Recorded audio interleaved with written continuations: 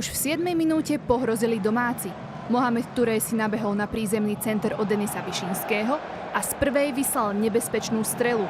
Matouš Trmal si s ňou však efektívne poradil. Ďalšia veľká možnosť Viktoriánov na otvorenie skóre prišla v 15. minúte. Po rýchlej kombinácii v strede pola si loptu zobral Mohamed Touré a poslal ju do ľavej strany brány. Brankár Trmal však situáciu výborne prečítal a strelu zneškodnil. V 25. minúte ukázal svoju kopaciu techniku Tomáš Ladra a z priameho kopu ohrozil bránu gólmana Trmala. Ten však bol včas u svojej ľavej tyče. Ďalšou šancou takmer Mohamed Touré dokázal zmeniť skóre a obrana Teplíc mala opäť plné ruky práce. Strelecký pokus však pohodlne vyrazil brankár Trmal.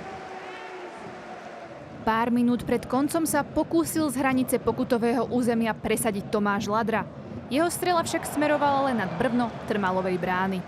Krátko po polčasovej prestávke rozbehol plzeňskú akciu Dávid Krčík. Loptu získal Jiří Pánoš a po krásnej kombinácii sa dostal k ústrele, avšak bránku Trmala tesne minul. Exekúciu priameho kopu si v 61. minúte na starosť zobral Tomáš Ladra. Strelecké šťastie mu však nestačilo a jeho strela len orazítkovala brvno. Patrik Hrošovský to vyskúšal z diaľky a z ťažkej pozície sa mu podarilo trafiť ľavý roh brány. Jeho strelu však efektívne vyboxoval gólman Trmal. V 80. minúte spadol vo vápne po súboji s Jakubkom Višinský a rozhodca Černý okamžite nariadil pokutový kop pre Viktóriu Plzeň.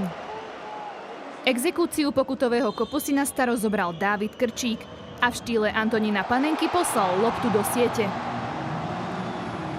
Len pár minút na to odpovedali Teplice. Striedajúci Matej Pulkrab sa vrhol po odrazenej lopte a znútra pokutového územia prekonal gólmana Vígeleho. Pre Mateja Pulkraba to bol 4. gól v sezóne. Rozhodca na základe VARu udelil v 96. minúte červenú kartu kapitánovi Teplíc Lukášovi Marečkovi. Výhoda hrať o jedného viac sa potvrdila a Adam Kadlec vypálil znútra 16 presne do stredu brány. Gólman Trmal nemal šancu. Po dlhom výkope dnes výborne chytajúceho Trmala sa k balónu dostal John Auta a umiestnenou strelou doviedol Teplice k neuveriteľnému zisku bodu.